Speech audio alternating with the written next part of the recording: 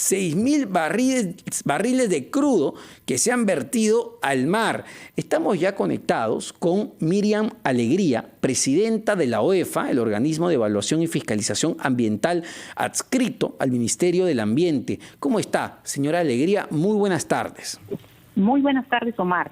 Gusto en saludarle. Por favor, háganos una actualización de, me imagino, el monitoreo que están realizando como OEFA, de la mano con otras instituciones, del impacto que ha tenido este derrame. En principio, quería confirmarlo, el dato me parece importante. Como dijo el ministro ayer, son 6.000 barriles de petróleo, entiendo que eso es lo que ha dicho la empresa. Sí. Bueno, quiero hacerte un breve resumen cronológico de los hechos que nosotros conocemos. Por favor. El día 15 de enero, a las 22:06 horas, nosotros recibimos el reporte de emergencia de la empresa Refinería La Pampilla, que es la responsable, ¿no?, de la operación de esta descarga del buque que se produjo en el terminal número 2. El sábado a las 11 de la noche. 22:06. 10:06. Poco más de las 10, ya. Efectivamente. Entonces recibimos este reporte en donde ellos nos informan la presencia de un producto oleoso en un área aproximada de 2.5 metros cuadrados, ¿no? Y nos señalan que eso es por la ocurrencia de un derrame de 0.16 barriles de hidrocarburos, ¿no? Y que por esa razón ellos procedieron a suspender la descarga de crudo y desplegar acciones de contención de este material, ¿no? Es decir, informan de que habían activado su plan de contingencia. Es decir, por favor, le pido, porque es importante este recuento de los datos. Sí. Es decir, el sábado a las 10 de la noche, Repsol, que es dueña de la refinería de La Pampilla, les decía, se nos ha caído un poquito de petróleo, menos de un barril, 0.16, me dice, 0.16. Efectivamente. De un barrilito, en un área pequeñita, pero tranquilos, ya estamos haciendo la remediación de daños. Eso es lo que decía Repsol, sábado 10 de la noche. Perfecto. Así se entendió del reporte que ellos nos trasladaron. Sin embargo, al día siguiente, en la mañana, nosotros nos enteramos de que este derrame pues estaba ya dispersado por todas las playas contiguas, la playa Costa Azul, Bahía Blanca, Cabero. Obviamente no era una situación pequeña como ellos lo habían informado. ¿Cómo se enteraron ustedes de que no era lo que había informado Repsol? ¿Por Repsol o por su propia cuenta? No, por redes sociales, por noticias nos enteramos de la situación y salimos inmediatamente a verificar la zona con nuestro equipo de supervisión. Iniciamos el proceso de supervisión. El lunes sobrevolamos con drones la zona para poder determinar más o menos la magnitud del impacto. Sabemos que por el oleaje el tema se sigue dispersando, pero identificamos preliminarmente que la zona afectada ascendía a 18.000 metros cuadrados, que es una zona bastante extensa. ¿En qué momento ustedes determinan eso? El día lunes. Con los drones, con el vuelo de drones hemos determinado preliminarmente esa extensión afectada. Como le digo, de manera preliminar, porque como el producto del voltaje... El día lunes, Repsol se comunica con ustedes para decirles, señores de la OEFA, nos equivocamos, el daño es mayor. ¿Hubo algún tipo de comunicación o ellos mantenían su versión de que había sido un 0,16 de un barril? Bueno, nosotros hemos tenido que comunicarnos con ellos porque en el marco de las acciones de supervisión y al ver que había este nivel de afectación, nosotros determinamos la imposición de medidas inmediatas por parte de la empresa, y para efectos de determinar e imponer las medidas debemos comunicarnos con el administrado, porque obviamente estas acciones concretas se hacen en plazos determinados, y para evitar de que finalmente nosotros desde solamente nuestra mirada podamos señalar plazos y acciones, esto lo tenemos que de alguna manera definir con la empresa para efectos de que sea real el cumplimiento. Entonces nos pusimos de acuerdo ahí para poder imponer las medidas, ¿no? Porque así lo dice nuestra normativa. Señora Alegría, le pido unos instantes, tenemos que escuchar los titulares de la media hora, pero nos interesa mucho conocer esto en detalle para entender la cronología de los hechos y sobre todo el cómo ocurrió esto. ¿cómo es que se llegan a vertir en el mar 6.000 barriles de petróleo? ¿Qué pasó? Y si esto tuvo que ver con la alerta de tsunami que no se dio en el Perú a tiempo, como sí ocurrió en otros países que tienen cara al Océano Pacífico. Me responde después de los anunciantes.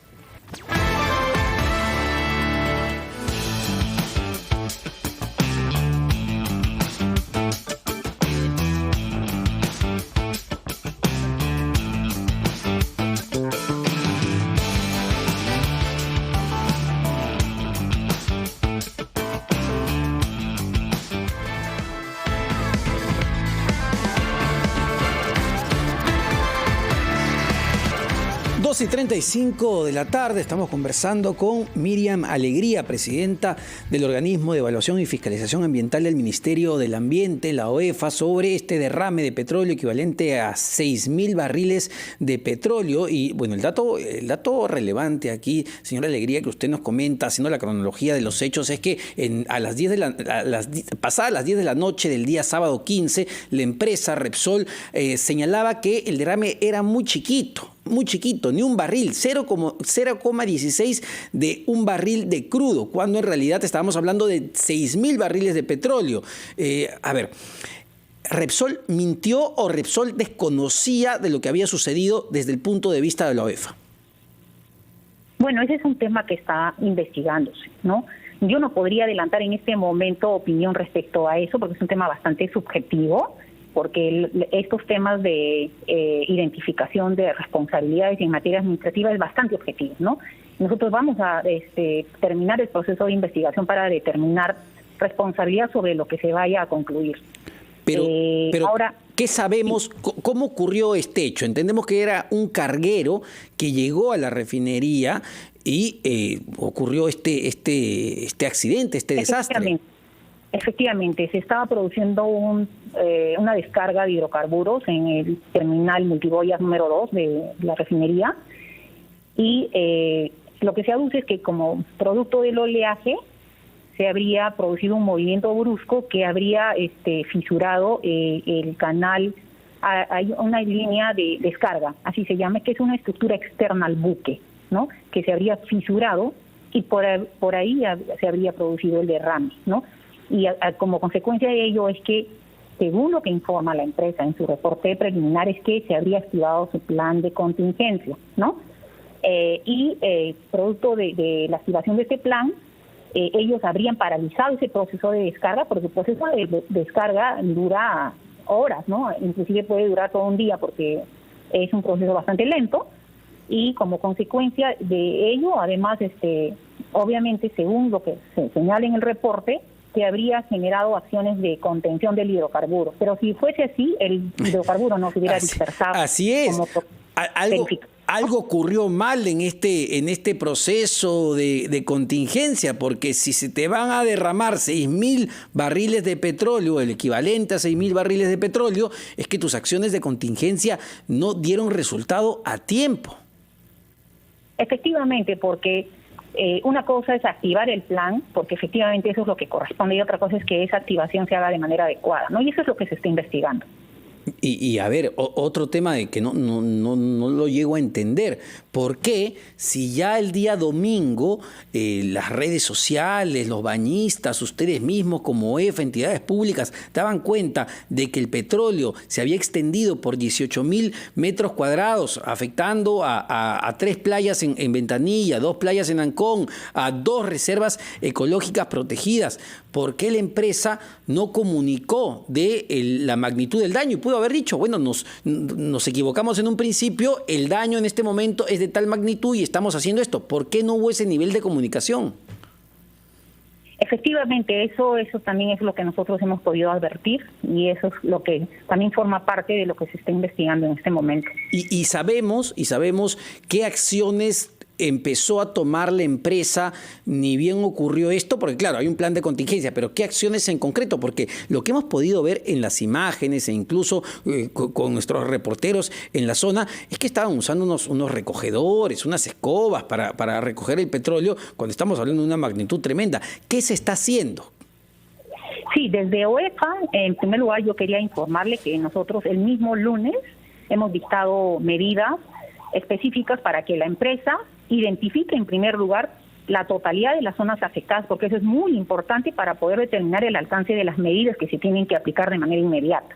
En segundo lugar, también dispusimos que se realice un trabajo de limpieza en todas las zonas afectadas por el derrame, porque eso es muy importante hacerlo de manera inmediata para que no se siga perjudicando el suelo, ¿no?, de las playas.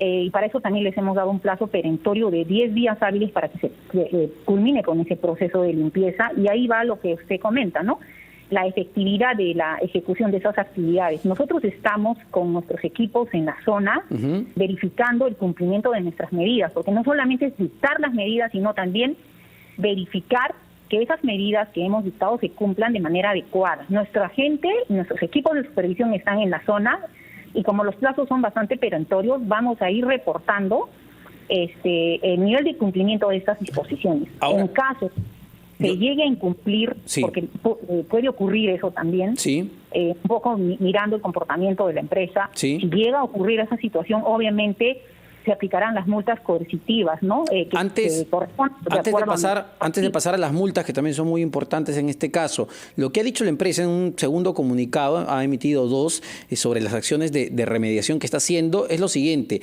en el mar se han desplegado más de 1.500 metros de barreras de contención que cubren todas las zonas afectadas. Actualmente 6 lanchas con brigadas de 50 personas vienen recuperando hidrocarburo con desnatadores, términos técnicos, desnatadores tipo skimmer y material absorbente especial para su posterior disposición segura, y en tierra se viene trabajando en devolver a su estado original, no sé si esto se puede hacer, usted me lo dirá, a su estado original la zona litoral. Se ha dispuesto que más de 200 personas divididas en cuadrillas con equipos especializados efectúen labores de remediación en las playas Cabero, Bahía Blanca y Santa Rosa. Lo que dice la empresa, ustedes como EFA, ¿lo han podido constatar? ¿Efectivamente la empresa está haciendo esto que ha emitido en un comunicado? Primero, para poder continuar informándote sobre las medidas, y va a ir en correlato con lo que usted está preguntando. Nosotros, además del tema de la limpieza, que es una de las medidas que hemos dictado, la limpieza de las playas, hemos dictado también medidas relacionadas a la contención del hidrocarburo sobrenadante en el mar, ¿no? ¿Eso qué significa? Bloquear el avance del hidrocarburo, porque obviamente eso sigue dispersando con el oleaje, y acá lo importante es ya paralizar esa situación con un proceso de contención efectivamente que se puede hacer a través de diferentes metodologías técnicas, ¿no?, como lo que usted está mencionando, según lo que habría reportado la empresa, que eso está siendo verificado en este momento por nuestro equipo supervisor. Hay unas metodologías, efectivamente, ese hidrocarburo, una vez que se delimita, me refiero a que se llega a controlar el avance con procesos de barreras de contención, se tiene que luego recuperar a través de, por ejemplo, paños absorbentes, salchichas que se encargan de absorber ese hidrocarburo, el material oleoso del mar. Ahora, eso, de hecho, que es una situación de emergencia, y así se aborda el tema de la recuperación del mar. Sin embargo, eso no enerva de que nosotros, como entidad de fiscalización ambiental, en el marco de otras funciones que tenemos, como la de evaluación ambiental, hagamos un análisis posterior de la afectación real luego de la ejecución de estas medidas, para poder determinar si efectivamente se ha recuperado de manera integral la zona, ¿no? Y ahí vamos a hacer análisis de sedimento, análisis de las aguas marinas. Y eso le quiero preguntar, porque escuchábamos más temprano, ¿se puede recuperar de manera integral la zona? Es decir, según lo que dice aquí en el comunicado, la idea es de que vuelva a su estado original. Esto, después de un derrame de este nivel de impacto, ¿puede quedar así? ¿Vuelve a su estado original? Es un proceso muy complejo. Primero, que hay que iniciar estas acciones inmediatas, pero la remediación es un proceso muy complejo que, si se sigue escrupulosamente de acuerdo a las normativas técnicas que existen para ello, sí es posible recuperar, pero, como le digo, tiene que pasar por esos procesos técnicos, ¿no?, para efectos de que se pueda hacer una recuperación real. ¿Cuál es la multa que le puede caer a Repsol luego de que culminen todas las investigaciones en el plano, entiendo, en el plano administrativo, ¿verdad? ¿Cuál es la multa que se le puede aplicar? En caso que se incumplan estas medidas concretas que nosotros hemos dictado, las multas, o sea, de hecho que ahí vamos a imponer multas coercitivas, que es un tipo de multas directas, sin necesidad de iniciar el procedimiento administrativo sancionador, que pueden ir de hasta 100 UITs. Ese es un tema rápido, que de hecho que lo vamos a hacer en caso que se determine el incumplimiento de nuestras medidas. Para que la gente entienda, porque esto es bien importante, es decir, si no cumple con remediar la zona y limpiar el desastre que se ha generado, le pueden caer multas de 100 UIT de manera inmediata. De manera inmediata. Pero ya por el daño en sí, lo que ya sucedió. Sí, sin perjuicio de ello, nosotros en el marco justamente de esta supervisión, realizamos un análisis para determinar la responsabilidad y obviamente en el caso que eso se dé, nosotros vamos a iniciar un procedimiento administrativo sancionador para determinar ya en este caso las sanciones correspondientes y las medidas correctivas posteriores que probablemente se sigan dictando para la empresa. Y estas multas van inclusive hasta las 30.000 UITs, ¿no? Estamos hablando de una multa muchísimo más... 138 millones de soles, ¿verdad? Es el equivalente a 30.000 UIT. Y solo para terminar, eso es en el plano administrativo. Entiendo que hay abierto ya una investigación por parte del Ministerio Público. ¿Esto puede tener consecuencias penales? Por supuesto. De hecho que sí, esa es otra instancia válida para que se pueda investigar en otra jurisdicción, porque ese es obviamente un derecho que también se tiene que cautelar en esa instancia para efectos de que se puedan determinar las responsabilidades. El día lunes, cuando nos apersonamos a la zona, tuvimos coordinaciones con la policía y levantamos un acta para efectos de dejar constancia de lo que habíamos identificado en la playa Cabero, ¿no?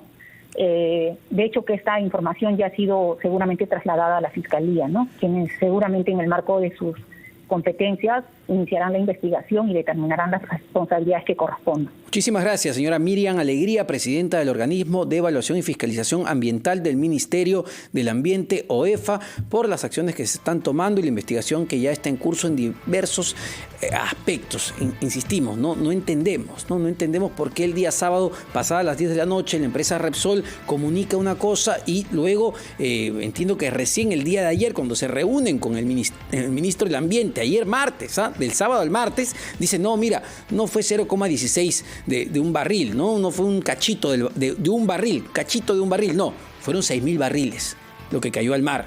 Eso no se entiende. Vamos a escuchar a nuestros anunciantes, venimos con más.